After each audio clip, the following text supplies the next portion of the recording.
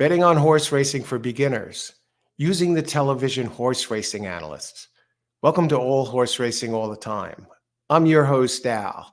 In the first of a series, Betting on Horse Racing for Beginners, today I'm going to talk about using the television horse racing analyst to your advantage. So you want to get involved in horse racing, win some money, and of course you want to jump out of the gate early, winning money. Well, I'm presenting here how to use the television horse racing analyst as a way to get started, lay some groundwork in your game. America's Day at the Races, you can see that on the internet, TVG, FanDuel. They have the racing analysts on all these different platforms, and there's a bunch of them. All of them claim to be the best. And how can you use these guys, or gals in some cases, to help improve your game or get started right out of the gate playing the races, betting on races? Well, one way is using these analysts to your advantage. And how do you use them to your advantage? Are you one of those who just looks to them? They're the experts, right? Who are they playing? So-and-so likes this pick. Maggie Wolfendale loves the body language on this horse. Matt Carruthers, he likes this one. Andy Serling, expert. All of these people, they all bring some positives to the game. So you're just going to use their picks now, and that's how you're going to get good at horse racing and win some money? That's not the way I'm talking about here at all. What all of these analysts on television share is they have an in-depth knowledge of the horses. They've been winning players at one time or another, some better than others, but they know the angles, different angles to look for, and they present their angles when they go live on television or the simulcast, wherever they're being seen. So I'm going to present a different way at looking at them, really taking advantage of what they bring to the table in a way you might not have thought of before. And if you're new to horse racing, this is a perfect start. You don't want to just be going to them for your picks, because you're not going to get better that way. At the end of the day, you want to be able to form your own analysis, get skilled at the game, and use what you've learned to be your own horse racing analyst. You don't want to be going to others for your picks. You want to be able to present your own picks, especially to yourself. You don't have to share them with others. Maybe you're playing the races in the afternoon or in the evening at home. What are you going to do? Turn to America's Day at the Races or whatever show, TVG, and wait for them to say who they like and that's your pick? Absolutely not. You want to have a strong, in-depth opinion about the horses that you like, and you want to come up with them on your own based on your own knowledge. Now we're going to be using these guys. How are we going to use it? Now, if you're a beginner, an excellent way is to get yourself a spiral notebook. Get yourself a spiral notebook. You can pick one up at the Dollar Tree, anywhere. You don't have to buy this big, elaborate book, right? It's going to be notes, but you want one with a bigger pages, because you don't want to have everything scrunched up in a tiny notebook. You don't want to get that cheap. That's going to be your notebook, and you may want to keep these for future reference when you run out of space in your first notebook. What are you going to do with that notebook? Well, you're getting started. Say you're a total beginner. You want to get started learning the races, and you want to bet on horses, right? You want to be a high roller, easy money, like that movie, Richard Dreyfuss. You want to be a high roller. You want to know what you're doing and have an idea what to look for when you're playing the races. You may even want to do this before you get comfortable or learn the ins and outs of reading a racing form. I'm going to be doing a show on that too, but maybe you want to watch some of these simulcasts on television and to see if you even like horse racing in the first place, or if it's for you.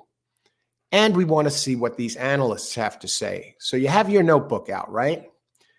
And one of the analysts, now you put the date in the left column, you break this up into columns, whatever way you feel comfortable with. You could start with the date. And say Andy Serling comes on TV, and it's the 5th race at Aqueduct. Now you're listening to what he has to say. Now listen if it's something interesting, okay? Something that jumps out at you that might be form what sounds to you like a good idea when looking for a horse or choosing for a horse. So he's talking about the fifth race, Andy. And he likes a horse, or, whatever its name is, blue, white smoke. Okay. And it's the fifth race. And he talks about its history, how it's performed at this distance, and how he has in the past, and he talks about it, right? So you'll write down the date in the left, and you'll write down next to it Andy Serling, and then you'll write down the race number, and then the race number and the horse number, okay, and what Andy liked about the horse. Now you watch the race. Watch the race. And if you can't watch it right then and there, you can go back and watch the replay. You watch the race, and you see how good the horse does. Keep an eye on it. Did the horse perform as Andy did? Did he come in first? Did he come in second? Whatever. So you may want to, after the race is over, depending on where the horse finished, you'll give Andy a letter grade. Put that on the left by the date or by his name, and you say, yeah, I'll give him a B for this race. The horse came in third. It looked okay. But also you want to write down the angle and what to look for. So now you're watching not only the races and the analyst, but you have an angle now, what to look for, how he's performed at the distance before, whatever the thing is, whatever the angle is, a terrific workout pattern. Maybe that's the angle. Write it down. So then you go on and you watch again, you watch along, and maybe a different analyst comes on one of the other races, one of the other tracks. They talk about Matt Carruthers likes something. He likes something about this horse, whatever it is. Big early speed. He's whatever the angle is, you go by it. You write down the analyst, you write down the date, the analyst, the horse, the track, the race number, the horse number, and the angle, how the horse did. So now you're building a log, and you're getting some feedback. And it may take a few times watching these races and listening to these, and you'll get to see after a while, as your pages start to fill, you don't want to rush this process. You'll get to watch these races, and you'll get to formulate a plan in your mind, some of the different things that these analysts look for in the races. Sometimes they might talk about the breeding, a number of things. Anyway, you write down their key point, what they like about the horse. Then you write down how it did, and now you see, and then you give a letter grade to the analyst. So you start to see over time which ones are getting Fs or Ds or fail or A's. Okay, the ones that are pointing out angles that are good for you, and slowly but surely you'll build up a list of qualities to look for when selecting a winners. And you'll also get an idea which analysts are somewhat noteworthy. If you see a certain analyst over time is never scoring above a C, and their angles are really not working that well, keep an eye on that. Maybe you want to put a little bit more weight into the analysts, as some more so than others. Some are excellent speed figure handicappers. Ed DeRosa is one that comes to mind, up to my upper left here. And he comes up with some tremendous picks. So he's one of those. They all have different styles, you'll notice. Some players, just like players do that aren't television analysts, they know their strengths, what type of races to look for and single out, because they become very efficient. They specialize in one area, and they'll note what type of races and what type of angles are working for them. So, and these guys on TV, gals, they're the same thing. So keep an eye on those. So you're using these analysts to learn the game. And this doesn't have to just be for beginners. This can be for players that have been playing the game for years. And sometimes, a lot of times, people get so disgusted with the TV analysts that they don't even listen to them at all. Whereas maybe you want to take a day off when you're not playing the races, or maybe a day where you handicap one track in advance, and you have an idea, you're not going crazy shooting all over the place, and you want to put some time into your analyst notebook and with your angles in it, and have them on. And you know who you like in advance, and you could see what they say about your horse, and then maybe you could add that into the log that you're creating, and write the analyst down and what he thought about it, and you know already what you thought about the horse, right? And you can grade that analyst and see how they really stack up. So use their knowledge bank, use their picks. You can if you want, but you want to use their knowledge to increase your own racing tool belt, so to speak, when things to look for when selecting horses. And maybe sometimes they give you some inside information or some information that is something you haven't looked for before, or something you haven't considered. Maybe they say something about the breeding of a particular horse, its sire, how this sire is performing in certain types of races. So maybe you got a horse that has a tremendous lineage that you could write down in your notes as far as sires to look for when you're handicapping a race.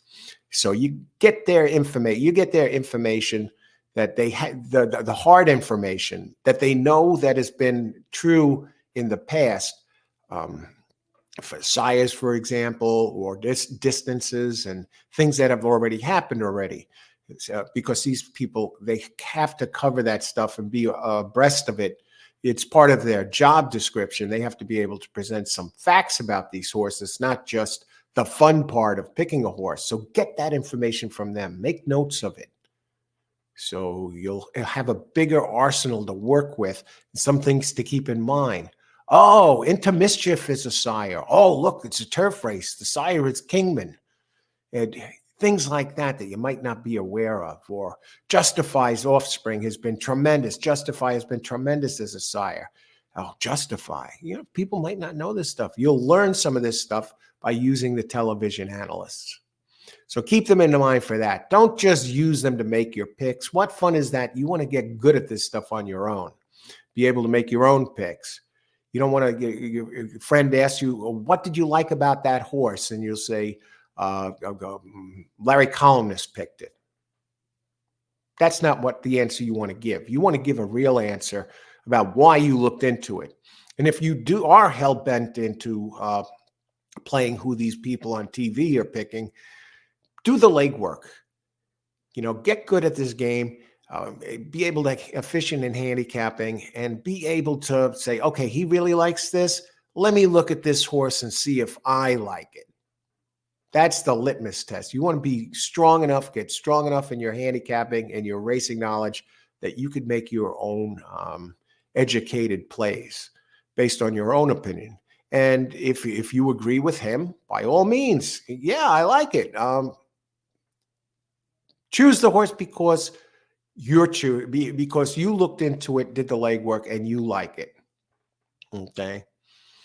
And you'll find yourself with these notebooks. Once that notebook fills up, you'll have different racing angles. Maybe you want to, go back and circle them. These are things you can go to again and again.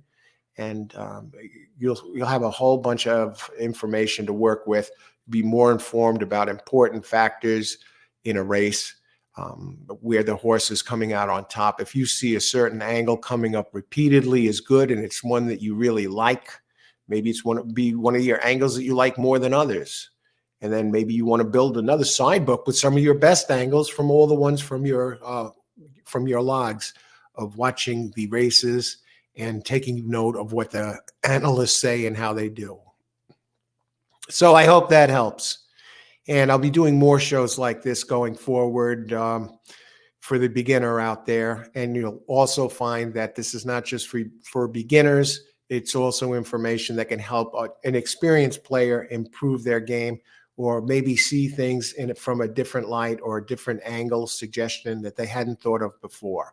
Horse racing is an ongoing learning process. It doesn't just stop. It continues to grow. So thanks for watching, everybody. Good luck at the races if you're playing today. If you have horse racing friends, share this video with them, and also the show. I do live horse racing show where I cover entire cards, analysis, picks, and plays with open chat for every single race, from the first race right through the beginning. And that's a perfect opportunity for the new players to see how experienced players play, their suggestions that they look for. They give out their selections. A lot of them share it. I give out mine, and I analyze the horses, answer questions about the horses. So it's a great place for you beginners to come and get some insight there from winning players. So have a great day, everybody. Thanks for watching again. All the best, and may the horse always be with you.